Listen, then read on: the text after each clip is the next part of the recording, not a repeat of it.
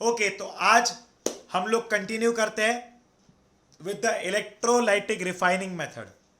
ठीक है, और जैसे कि आप लोग जान रहे हो, हम लोग ने ये चैप्टर को एक अच्छी और मॉडर्न टेक्निक से पढ़ा, यानी कि पीपीटी प्रेजेंटेशंस बनाकर मैंने ये पूरे चैप्टर को शॉर्ट पॉइंट्स में कन्वर्ट करके आपको समझाने की कोशिश की, आपको कंप्लीट करवाने की कोशिश की। चलिए तो फिर शुरू करते हैं इलेक्ट्रोलाइटिक रिफाइनिंग मेथड। देखो, बेसिकली हम इस चैप्टर के आखिरी पार्ट में आ गए हैं।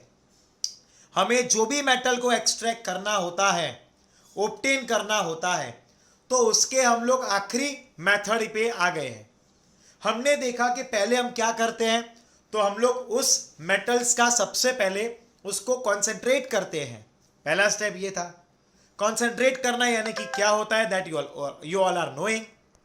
उसके बाद हम लोग पढ़े कि हम उसका क्या करते हैं, तो हम लोग उसका रिडक्शन करके ऑक्साइड में, मतलब कि पहले तो ऑक्साइड में कन्वर्ट करके रिडक्शन करते हैं, और आखिरी स्टेप में हम लोग क्या करते हैं, उसका इलेक्ट्रोलाइटिक रिफाइनिंग, यानी कि अलग अलग मेथड्स के जरिए उसका हम लोग रिफाइनिंग कर रहे हैं। लाइक हम लोग यहाँ पर तीसरी मेथड पे आए हैं, that is electrolytic refining method.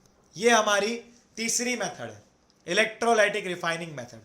अब बेसिकली ये किसके लिए हेल्पफुल है, कहां पर हेल्पफुल है, पहले तो हम वो देखेंगे। Pay attention here. देखो, ये इम्प्योर मेटल यहां पर जो भी होगा उसको हम एनोड पे लगाएंगे, प्योर मेटल को कैथोड पे लगाएंगे, यानी कि वो एक्सट्रैक्ट होता है, कैथोड के ऊपर उसका एक्सट्रैक्शन होता है। And salt of same metal, उसी मेटल का हम लोग सॉल्यूशन बनाएंगे, उसी मेटल के। यस, नहीं, it is not zone refining, इसको जोन रिफाइनिंग नहीं बोलते हैं। चलिए, ये खास करके दो एलिमेंट्स के रिफाइनिंग में यूज होता है, एक है कॉपर एंड दूसरा है that is zinc, copper and zinc. अब इनके अंदर इंप्यूरिटीज क्या रहते हैं, like SB, antimony, selenium, tellurium, silver, gold, platinum, ये सारे चीज़ों को एनोड पे ये रह जाता है, यानी कि एनोड के ऊपर ये जो इतने भी इंप्यूरिटीज है वो वहीं पर मर्ड बन के नीचे कलेक्ट होते हैं। बेसिकली यहाँ पर जितना भी इंप्यूरिटी है वो मेल्ट होकर एग्जैक्ट नीचे, एनोड के नीचे के पार्ट में वो क्या हो जाते हैं, तो वो हमें ऑब्टेन हो जाते हैं एनोड के नीचे के पार्ट में।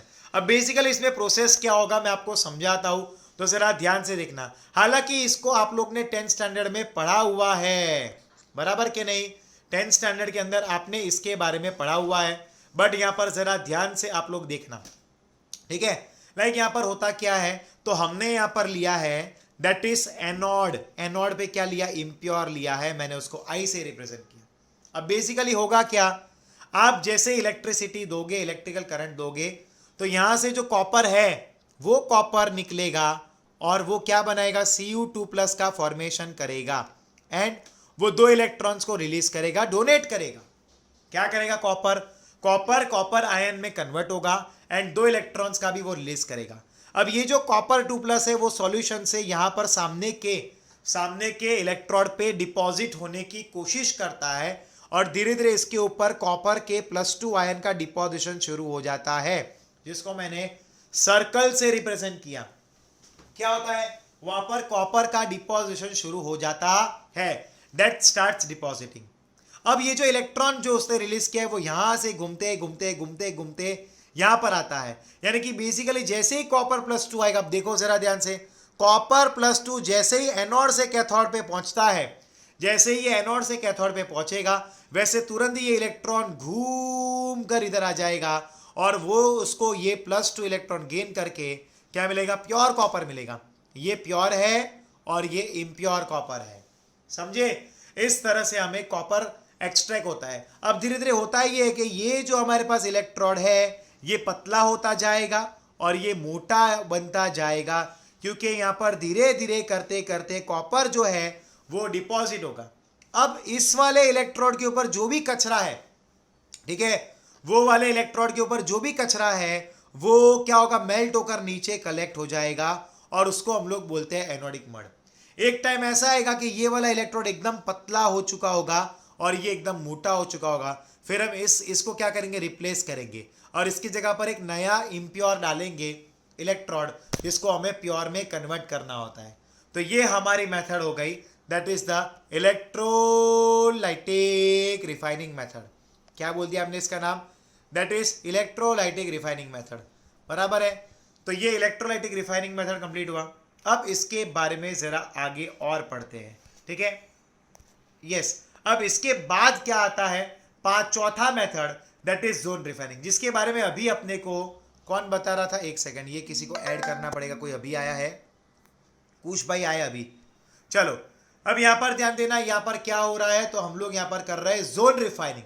अब ये जोन रिफाइनिंग नाम क्यों हुआ, उसके बारे में मैं आपको थोड़ी सी डिटेल्स देता हूं, ताकि आपको उसके बारे में थोड़ा सा आइडिया रहे। इसका नाम जोन रिफाइनिंग हमने क्यों दिया है?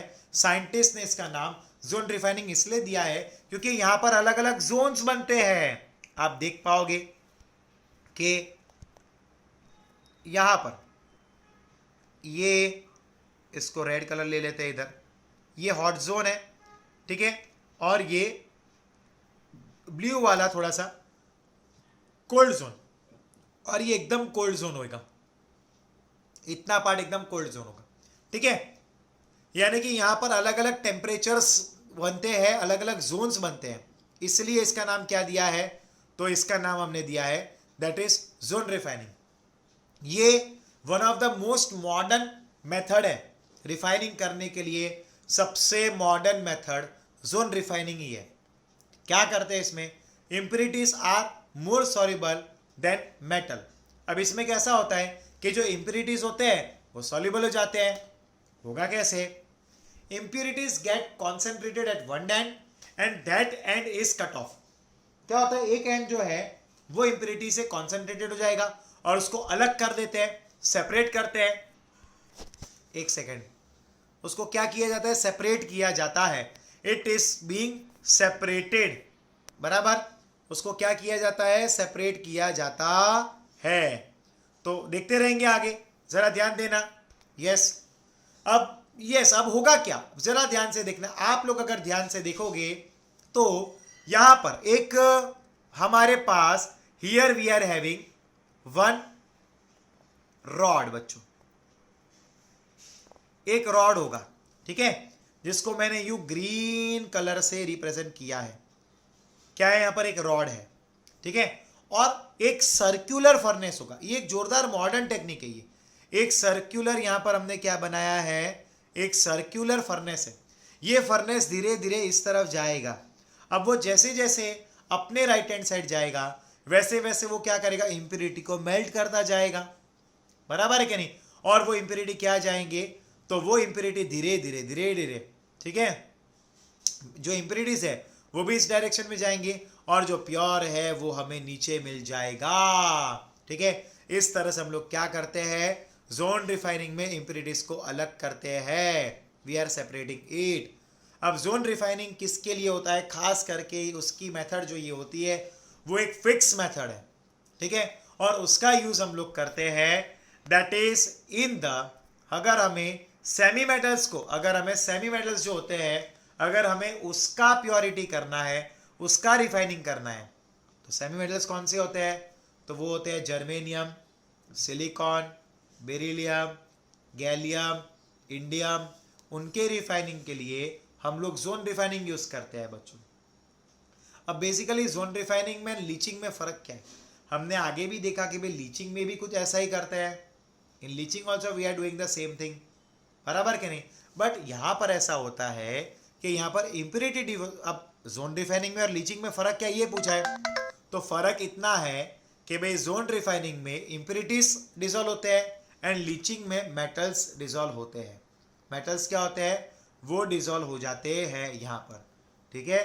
तो ये हो गया है जोन रिफाइनिंग। अब मैं आपको सिर्फ 2 मिनट का टाइम दे रहा हूँ। मैंने जो यहाँ पर वो जो स्क्रीन आपको शेयर किया है, आप उसको रीड कर लो, बस 2 मिनट वेट करो और फिर हम लोग उसमें कंटिन्यू करते हैं, ओके। समझा भी होगा।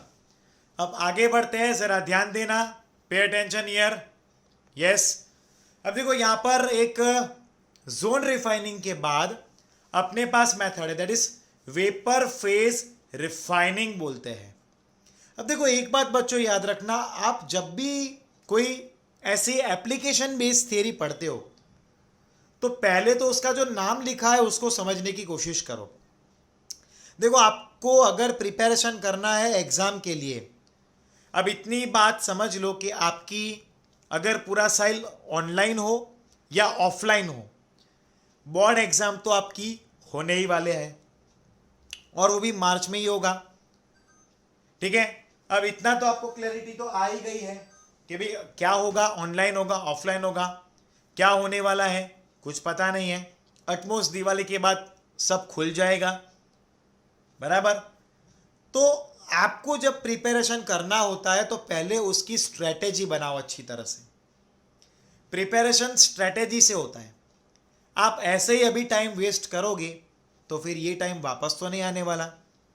मैं बहुत सारे स्टूडेंट्स को देख रहा हूँ, वो लोग जोरदार मेहनत कर रहे हैं, रेगुलर होमवर्क्स भेज रहे हैं, रेगुलर टेस्ट को अटेम्प्ट कर रहे हैं, पूरी ईमानदारी से मेहनत करते हैं। इतना याद रखना, आज आप जो भी सीड बोओगे, whatever you are going to do right now, you will get the consequences after many years और आफ्टर सम ईयर्स। आज आप जो कुछ भी करोगे आपके पढ़ाई के रिलेटेड, उसका जो फ्रूट है वो जैसा होगा, जो होगा, आपको कुछ साल बाद मिलेगा, बराबर। तो टाइम को वेस्ट मत करो, आपका बहुत ही इंपॉर्टेंट टाइम चल रहा है। तो प्रिपरेशन जब हम कर रहे हैं, जब हम ऐसी एप्लीकेशन बेस्ड थियरीज को पढ़ रहे हैं, तब एक बात याद रखना, हम उसके नाम के मीनिंग को समझने की कोशिश करें। आगे हम लोग ने जोन रिफाइनिंग के बारे में पढ़ा, तो ऑब्वियस है कि वहां पर कुछ जोन्स बने हैं, hot zone and cold zone. अब सेम में यहां पर वेपर फेज रिफाइनिंग है, यानी कि यहां पर इसको वेपर स्टेट के अंदर ही लिया जा रहा होगा, करेक्ट। चेक करते हैं। अब यहां पर क्या होता है, metal is converted into a volatile compound and then decompose to give pure metal. Metal को क्या किया जाता है, उसको वॉलेटाइल कंपाउंड में कन्वर्ट किया जाता है और फिर उसको डिकम्पोज करते हैं ताकि उसमें से अपने प्योर मेटल मिले। अब इस मेथड को खास करके हम निकल, जिरकोनियम एंड टाइटेनियम, उनको रिफाइन करने में इस मेथड का यूज़ करते हैं। और इसका यूज़ कहाँ करते हैं, use for removing oxygen nitrogen as impurities. इनमें खास करके इम्प्योरिटीज होती है ऑक्सीजन की एंड नाइट्रोजन की। ओके बच्चों, अब वेपर फेज रिफाइनिंग जो है, जिसको हम लोग शॉर्ट फॉर्म में वीपीआर बोलते हैं, उसमें बेसिकली अपनी टेक्स्ट बुक के अंदर हमें दो मेथड्स दिया है। एक है मॉन्ड्स प्रोसेस, जिसको आप मॉन्ड कार्बोनिल प्रोसेस बोलते हैं। मॉन्ड्स कार्बोनिल प्रोसेस दिया है, ठीक है, जिसमें से हम क्या करते हैं, निकल को एक्सट्रैक्ट करते हैं। एंड दूसरा है वान आर्कल मेथड, जो है जिरकोनियम एंड टाइटेनियम के एक्सट्रैक्शन में उसको यूज करते हैं, ठीक है। अब सबसे पहले मॉन्ड कार्बोनिल प्रोसेस, या फिर उसको हम मॉन्ड्स प्रोसेस बोलते हैं, उसके बारे में डिस्कशन करते हैं। मॉन्ड्स प्रोसेस, मॉन्ड्स प्रोसेस ऑफ निकल। क्या किया हमने, निकल को लिया, कार्बन मोनोऑक्साइड के साथ उसको हीट करके रिएक्ट किया। उसको हीट करके रिएक्ट करने पर हमें मिलता है volatile unstable complex, that is NiCO4। अब बेसिकली ये कंपाउंड को हम लोग लिखते हैं इस तरह से बॉक्स ब्रैकेट में, ठीक है, क्योंकि ये एक कॉम्प्लेक्स कंपाउंड है। लेकिन ये जो कॉम्प्लेक्स कंपाउंड है वो क्योंकि स्टेबल नहीं है, वो क्या करता है, उस थोड़ी सी हीट को एब्जॉर्ब करके हमें प्योर निकल प्रेसिपिटेट्स के फॉर्म में एंड कार्बन मोनोऑक्साइड गैस के फॉर्म में रिलीज हो जाता है, ठीक है। ये इसमें प्रोसेस होती है। This is the process happening in the Mond's carbonyl reaction. अब वान आर्कल मेथड, अब ये एक बार बोर्ड एग्जाम में पूछा है, इवन मॉन्ड कार्बोनिल प्रोसेस पूछा। ये दोनों इंपॉर्टेंट है, ये दोनों इंपॉर्टेंट है, इनको बोर्ड एग्जाम में पूछा गया है, ठीक है। This both are important, clear है, जरा ध्यान देना यहां पर। अब यहां पर van Arkel's method for zirconium and titanium. Zirconium को आयोडीन के साथ रिएक्ट करवाया एट 870 केल्विन टेम्परेचर, तो हमें क्या मिला, जिरकोनियम टेट्रा आयोडाइड। एंड उसमें से ही क्या हुआ, तो जिरकोनियम जो है वो प्रेसिपिटेट के फॉर्म में, वो क्या हुआ, प्रेसिपिटेट के फॉर्म में हमें रिवर्ट बैक हुआ और आयोडीन गैस वहाँ से क्या हो गया, तो वो रिलीज आउट हो गया। ठीक है, अब आयोडीन अकेला नहीं होता, हमने तो आगे ही डिस्कशन किया कि इसके साथ इम्प्योरिटीज जो होती है वो ऑक्सीजन भी रहता है एंड वो नाइट्रोजन भी रहता है, इनके अंदर ये दोनों इम्प्योरिटीज रहते हैं, तो वो भी साथ में रिलीज हो जाएंगे, इधर से क्या हो जाएंगे, तो वो इफ्लुएंट हो जाएंगे।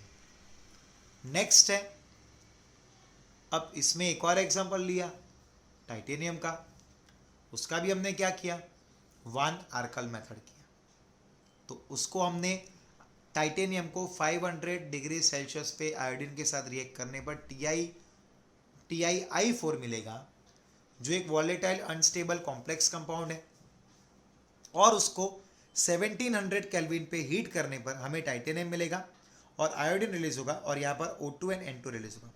बेसिकली हम इस मेथड में आयोडीन को क्यों रिएक्ट करवा रहे हैं, तो हम इसलिए रिएक्ट करवा रहे हैं क्योंकि यही आयोडीन क्या करता है, इनके अंदर जो इम्प्योरिटी है, जो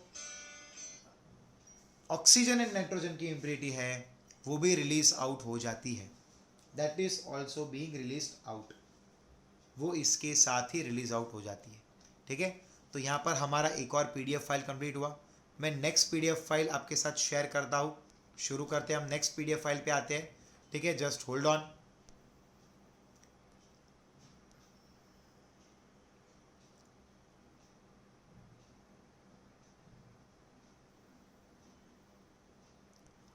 अब जो मेथड है हमारे पास वो है थर्मोडायनामिक प्रिंसिपल ऑफ मेटलर्जी, तो जरा ध्यान देना, एंड उसको बोलते हैं एलिंगहैम डायग्राम, एलिंगहैम डायग्राम बोलते हैं। तो देखते हैं आगे उसमें, pay attention here, thermodynamic principle of metallurgy. अब वहां पर बड़ी लंबी चौड़ी थियरी दी है इसके ऊपर, टेक्स्ट बुक में इतना लंबा चौड़ा दिया है कि हमको बाउंसर जाए, टप्पा ही ना पड़े, बट मैंने उसको बढ़िया वे में यहाँ पर PPT प्रेजेंटेशन में बनाया है। अब बेसिकली करते क्या है, हम लोग ने देखा कि भाई हम लोग स्मेल्टिंग जब करते हैं तब हम ऑक्साइड को किस में कन्वर्ट कर रहे हैं, मेटल में, यानी कि हम उसका रिडक्शन कर रहे हैं। हम क्या कर रहे हैं उसका, we are doing the reduction process of it, हम लोग उसका रिडक्शन प्रोसेस करते हैं। अब रिडक्शन प्रोसेस जो होता है उसके लिए हमें रिड्यूसिंग एजेंट्स भी लेने पड़ेंगे, तो रिड्यूसिंग एजेंट्स कौन से होते हैं, तो रिड्यूसिंग एजेंट हो सकते हैं कार्बन है, कार्बन मोनोऑक्साइड है, ये सब हो सकते हैं। ओके, अब आगे देखते हैं।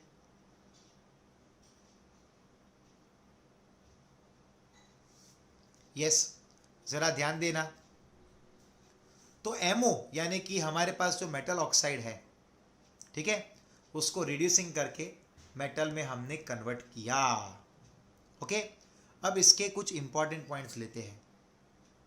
इतना याद रखना बच्चों कि हमारे पास अगर कोई भी मेटल ऐसे है जो स्ट्रांगली बॉन्डेड है, तो हम सिंपल सा रिडक्शन मेथड नहीं कर पाएंगे, तो उसके लिए हमें क्या करना पड़ेगा, तो हमें करना पड़ेगा उसके लिए इलेक्ट्रोकेमिकल रिडक्शन मेथड।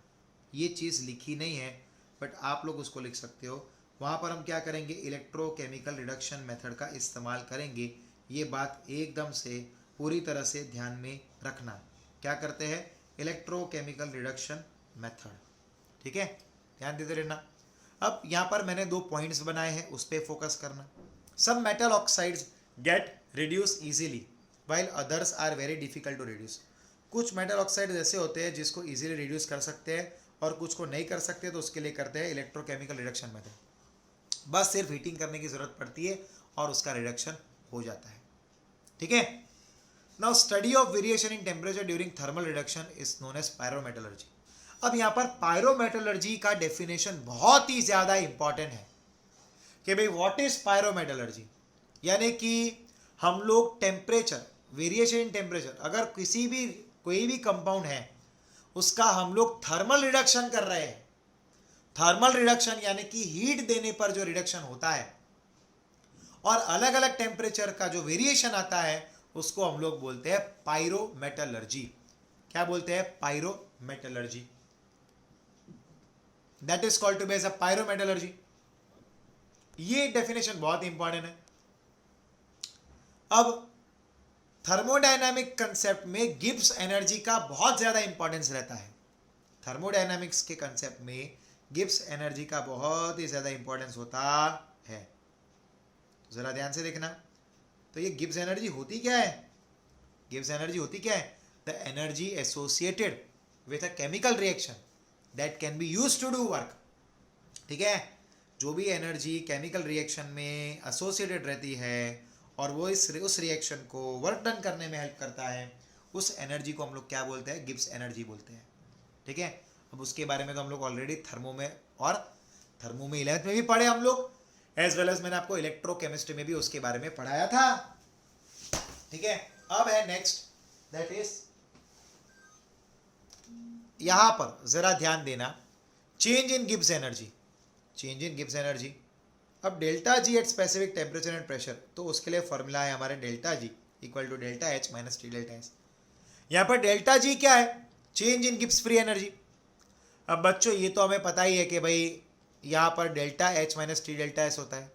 अब डेल्टा एच यानी कि एंथैल्पी चेंज होता है, डेल्टा एस यानी कि एंट्रोपी चेंज होता है, यानी कि रैंडमनेस ऑफ मॉलिक्यूल। गैस में एंट्रोपी सबसे हाईएस्ट रहती है, लिक्विड में एंट्रोपी कम रहती है, एंड सॉलिड में एंट्रोपी सबसे कम रहती है। सॉलिड के अंदर एंट्रोपी सबसे लिस्ट रहती है बच्चों, it is the most list. अब यहां पर एक बात याद रखना, लेकिन यहां पर डेल्टा जी का काम क्या? तो डेल्टा जी का काम होता है for the reaction to be spontaneous. याद रखना, अगर कोई भी रिएक्शन स्पॉन्टेनियस होता है, ठीक है, अगर कोई भी रिएक्शन स्पॉन्टेनियस का मतलब क्या होता है? जो रिएक्शन, चलो मुझे बताओ स्पॉन्टेनियस का मतलब क्या होता है? एक जन चलो अनम्यूट करके बोल सकते हैं, स्पॉन्टेनियस रिएक्शन किसको बोलते हैं? स्पॉन्टेनियस रिएक्शन किसको बोलते? हाँ, नेगेटिव हो। नहीं, पर होगा क्या? जो ऑटोमेटिक होते हो, किसने बोला? बराबर बोला है, दीप ने बोला लगता है। यस सर, दीप सर। Very good. देखो, जो भी रिएक्शन सेल्फ गवर्नड रहती है, सेल्फ गवर्न यानी कि अपने आप होने वाले रिएक्शंस को हम लोग बोलते हैं स्पॉन्टेनियस रिएक्शन।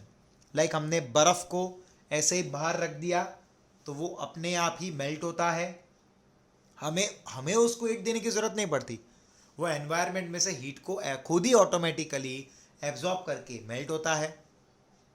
लाइक और भी ऐसे मेथड्स हैं जिनमें हम लोग स्पॉन्टेनियस रिएक्शन का एग्जांपल देते हैं। लाइक हमने गरम गरम कॉफ़ी ले ली शंभूस कॉफ़ी में जाकर, और फिर वो क्या हुआ? अपने आप ठंडा हुआ, स्पॉन्टेनियस रिएक्शन। आइसक्रीम जो है ब्राउनी वाला, अरे ब्राउनी है या फिर क्या बोलते हैं, ओरियो शेक है, ऐसे ही रखा, मेल्ट हुआ, गरम थोड़ा बहुत हो गया, क्या है? वो सारे रिएक्शन स्पॉन्टेनियस है। ठीक है, अब अगर डेल्टा जी का वैल्यू नेगेटिव होता है तो रिएक्शन फिजेबल होगा। फिजेबल यानी कि अपने आप कंप्लीट होगा, मतलब पूरी कंप्लीशन की तरफ जाएगा, कंप्लीशन की तरफ जाएगा। ठीक है, तो फिजेबिलिटी बताता है, फिजेबिलिटी यानी कि कितने हद तक रिएक्शन कंप्लीट होगा, कितने हद तक रिएक्शन कंप्लीट होगा, उसको हम लोग बोलते हैं फिजेबिलिटी। क्लियर है? क्या बोलते हैं? फिजेबिलिटी बोलते हैं। अब यहां पर रिड्यूसिंग एजेंट का रोल क्या? तो जरा ध्यान से देखना, यहां पर रिड्यूसिंग एजेंट का रोल ये है कि देखो यहां पर हमने FeO को क्या हुआ, यहां पर रिएक्शन डिकम्पोज हुआ, Fe प्लस हाफ O2 मिला हमें। ठीक है, डेल्टा जी की वैल्यू क्या है इधर जरा ध्यान से देखना। अब देखो बेसिकली हम लोग ने यहां पर Fe फिर उसको आगे कार्बन प्लस हाफ O2 के साथ रिएक्ट करवाया, यानी कि FeO में से जो हाफ O2 मिला उसको कार्बन के साथ रिएक्ट करवाया और क्या मिला? कार्बन मोनोऑक्साइड मिला। अब यही कार्बन क्या करता है? FeO के साथ कंबाइन करके उसका रिडक्शन करवाता है। क्या करवाता है? देखो ना जरा ध्यान से, उसका रिडक्शन करवाता है। कैसे करता है हम लोग चेक करते हैं। यहां पर FeO था, ओ सॉरी हाइलाइटर लेना होगा। ये आप देखिए, ये क्या है? FeO है। ये टूट के Fe+12O2 बना, और वही हाफ O2 क्या करता है, कार्बन के साथ कंबाइन होकर CO2 बनाता है, कार्बन के साथ कंबाइन होकर CO2 बनाता है, ठीक है। और वही कार्बन जो है वो कार्बन किस में हेल्प करता है हमें, वही कार्बन वहां पर FeO का रिडक्शन करके आयरन प्योर देता है एंड हमें कार्बन मोनोऑक्साइड मिलता है। अब इनके रिएक्शंस के बारे में देखते हैं। लाइक इसका जो डेल्टा जी वैल्यू है वो +40 है, यानी कि वो रिएक्शन नॉन फिजाइबल है, यानी कि वो अपने आप नहीं हो पाएगा, फिजिबल नहीं है, उसके लिए आपको कुछ प्रोसेस, देखो आप समझिए इसका मतलब क्या है। अगर आपने अकेले FeO का करवाया, ऐसे ही बार रख दिया, तो वो अपने आप रिडक्शन नहीं करेगा, यानी कि ये रिएक्शन अपने आप पॉसिबल नहीं है, क्योंकि उसका वैल्यू क्या मिल रहा है, पॉजिटिव वैल्यू मिल रहा है, फिक्टिटियस वैल्यू मिल रहा है।